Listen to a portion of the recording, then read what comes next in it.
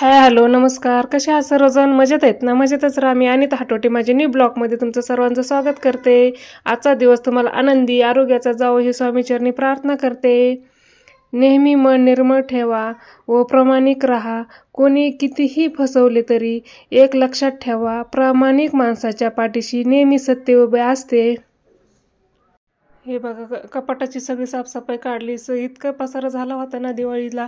कपडे धुवा आणि तसेच ठेवा. घड्या व्यवस्थित झाल्या नव्हत्या, कोचाकोचीनीच ते कपड्याची कपाट फुल झालं होतं. एखादी साडी घ्यायला गेलं ना सगळं अंगावर येत होतं. त्याच्यामुळे म्हणलं आज आहे टाईम, तर म्हणलं सगळी साफ करून साड्या वगैरे व्यवस्थित ठेवा, ब्लाऊज वगैरे जे जे त्याच्या साडीमध्ये. म्हणून असे सगळंच कपाटामधल्या सगळ्या साड्या मी खाली घेतल्या आणि नंतर मग गाड्या वगैरे घालत बसले. म्हणलं थोडंसं तुमच्यासोबत शूट करावा.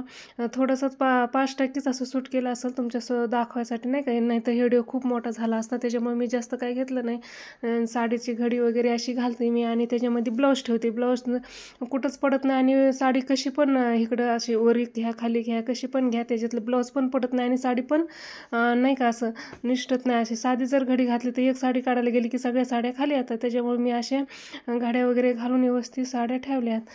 त्याच्यामध्ये ब्लाऊज अशी घडी दाखवते तुम्हाला कशी घडी केली. याच्यामध्ये असं ब्लाऊज, अशी साडी आणि घडी पडतच नाही. जण काय कॅरीबॅगमध्ये पॅक केलं असं वाटतंय. कशी पण साडी इकडं तिकडं केली तरी ब्लाऊज पण नाही पडत आणि ती साडीची घडी पण नाही उघडत. अशा सगळ्या साड्यांच्या घड्या मी घालून घेते आणि व्यवस्थित कपाटामध्ये ठेवून देते. हे अशा काटापदराच्या वगैरे साड्या बाकीच्या सगळ्या बॅगमध्ये भरून व्यवस्थित साईडला ठेवल्या. पण कपाटात आपल्या रोज कुठं तरी जायचं असेल अचानक तर मग वरच्यावरी असं आहे म्हणून थोड्याशावरती कपाटामध्ये ठेवल्या साड्या घालण्यासाठी. वरच्या कोण अशा घड्या घालते, कोण घालीत नसेल तर त्यांनी नाही का ही अशी. त्याच्यामुळे मी म्हणलं थोडेसे दाखवा ब्लॉगमध्ये, नाही मी कशा घड्या घालते कशा ठेवते आणि व्यवस्थित राहतात, पडत नाहीत. हे किती पसारा झाला बेडरूममध्ये, वाटतं की नाही काय सगळीकडे कपडेच कपडे. सगळे व्यवस्थित जे पाहिजे ते ठेवले, जे नाही पाहिजे ते जे घालण्याचे म्हणजे नाही ते असे साईडला काढून ठेवलेत. जे उपयोगाचे तेच ठेवलेत, बाकीचे काढले साईडला. बघा हे सगळ्या साड्या कशा झाल्यात ना. इस्त्री वगैरे करायची गरज नाही. अशी व्यवस्थित जर घड्या घालून ठेवल्या ना आपण तर काही करायची गरज नाही. मस्त छान आहे तशा राहतात. काढायला आपण घालायचे असेल कधी तर ब्लाऊज पण सापडतं, साडी पण व्यवस्थित आपली राहते इस्त्री केल्यासारखी अशी छान. आणि त्याच्यामुळं मी सगळं थोडा टाईम लागतो करायला. 2-3 तास गेले माझ्या ह्याच्यामध्ये कपाट साफ करण्यामध्ये. पण एकदाच ठेवलं ना व्यवस्थित वाटतं आणि कुणी आलं गेलं तर पटकन आपण पटापट कामे पण उरकतात. राडा पसारा असा काही दिसत नाही घरामध्ये. तसं फर्निचर वगैरे नाही आमच्या घरामध्ये, साधंच सिम्पलच असं आहे घर. कपाट आहे छोटंसं, मग त्याच्यामुळे जास्त कपडे नाही बसत त्याच्यात. शॉर्टकटमध्ये वरच्यावर कपडे ठेवत असते, बाकीचे बॅग भरून ठेवत असते माळ्यावर पॅक करून नवीन साड्या वगैरे. हे बघा किती पसारा पडला आहे. ते एवढ्याशा कपाटामध्ये एवढं सगळं बसलेलं होतं. मग त्याच्यामुळे म्हणलं जेवढं लागतं तेवढं ठेवा आणि बाकीचं ठेवून द्यावं साईडला.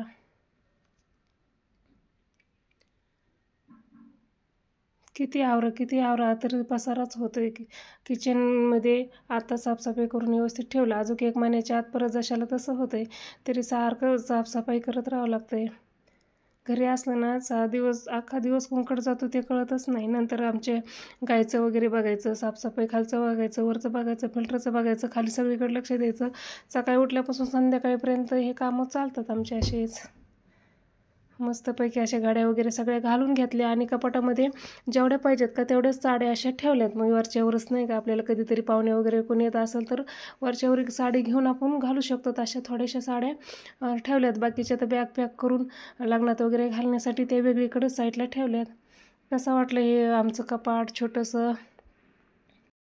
गौशाळेमध्ये आज आम्ही गाय घेण्यासाठी गेलो. गायच्या डोळ्यातला निरागसपणा अगदी मनाला भिडून गेला. शांत स्वभाव, प्रेमळ नजर, जणू घरातील जीवभावाचे माणूस. देवाच्या या निर्मळ देणगीला स्पर्श करताच मन झालं अगदी आनंद. गाय म्हणजे घराचं सुख, घराची ऐश्वर्ये. तिच्या आगमनात घरात येते शांततेचा सुवास आणि भरभराटीचे वैभव.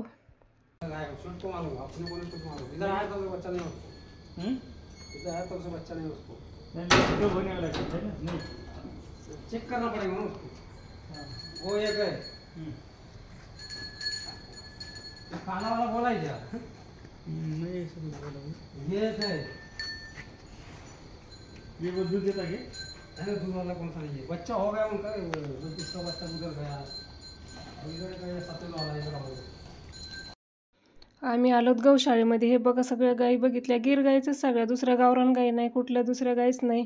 ही एक आम्हाला छान आवडली. आता उठून उभं राहिली का ती छान आहे, मस्त आहे आणि 2 महिन्याची येलेली अशी गाय आहे. आम्हाला दुधाची गाय पाहिजे म्हणून आम्ही गेलो होतो गौशाळेमध्ये गाय बघायला, गिर गाय बघायला. गिर गाय दुधासाठी खूप छान असते, मुलांना पण त्याचं दूध चांगलं असतं, तूप पण चांगलं असतं, त्याचं तूप पण महाग असतं आणि दूध पण महाग असतं.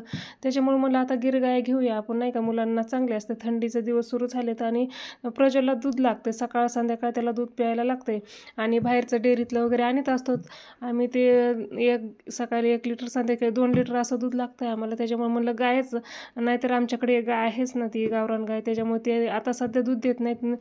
दूध मुलांना लागतं, त्याच्यामुळे आम्ही मग गिर गाय बघायला गेलो. तर असं आमच्या जवळच गौशाळा आहे, तिथं म्हणले ते काकामध्ये जाऊन बघून या, तुम्हाला कुठली पसंत पडते कुठली नाही, आणि नंतर फोटो वगैरे पाठवा. ही समोरची आहे ती आम्हाला आवडली गाय, म्हणजे छान आहे, गरीब आहे, मारत नाही, तिचं बाळ पण खूप छान आहे, प्रज्वलला आवडलं. आणि बाकीची 1-2 गाय आहेत थोड्याशा म्हणजे नाही का मारक्या वगैरे आहेत, 1-2-3 गाय गरीब आहेत.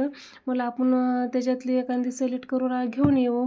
मग त्यांना तसे फोटो वगैरे पाठवले. तर असे गौशाळा 4-5 जण मिळून ते सेवा करतात गाईची वगैरे. किती छान मस्त अशा गाई बसल्या होत्या, सगळ्या मोकळ्याच आहेत, कोणत्याच गायला ते बांधून ठेवत नाही, सगळ्या मोकळ्याच असतात. आणि त्यांचे वासरं आहेत ते समोरच्या रूममध्ये होते, छान असे क्यूट होते. प्रज्वल म्हणायचं आपल्याला गाय नको, आपल्याला वासरूच पाहिजे म्हणून, पण वासरू असं देत नाहीत ना, ते गाईसोबतच त्याचं बाळ पण देतात. आणि ते छोटे छोटे ना, 2-2 महिन्याचे, खूप छोटे, त्याच्यामुळे ते नाही देत. अशा ह्या सगळ्या गायी खूप मोठ्या मोठ्या पण होत्या. आमच्या दारात बघा 2 गायी मी छोटासा मिनी ब्लॉकमध्ये दाखवले होते, ह्याच्यातल्याच 2 गायी येऊन बसलेल्या होत्या आमच्या दारासमोर, खूप मोठ्या अशा गाय. तर ही एक वाकड्या शिंगाची गाय, ती पण गरीब आहे. ह्या 2 गायी आवडल्या आम्हाला, बाकीच्या तर खूप मोठ्या होत्या आणि काही नको म्हणलं, नाही का, मारक्या वगैरे गाई नको. ही छोटीशी वासरं किती छान आहेत, प्रज्वलला वासरूच आवडलं. हे त्या पांढऱ्या गायचं वासरू. मला रात्रीचे 8:30 वाजले होते, आम्ही रात्रीच गेलो होतो गौशाळेमध्ये. तिथलचे काका होते, म्हणजे गायचं वगैरे दूध वगैरे काढतात ना, म्हणून ते होते आणि भेटले. मला कोण आहे का नाही, भेटते का नाही म्हणून, पण होते ते काका आणि त्यांनी सगळी माहिती सांगितली. खूप अंधार झाला होता. भेटूया पुढच्या ब्लॉगमध्ये, तोपर्यंत बाय बाय.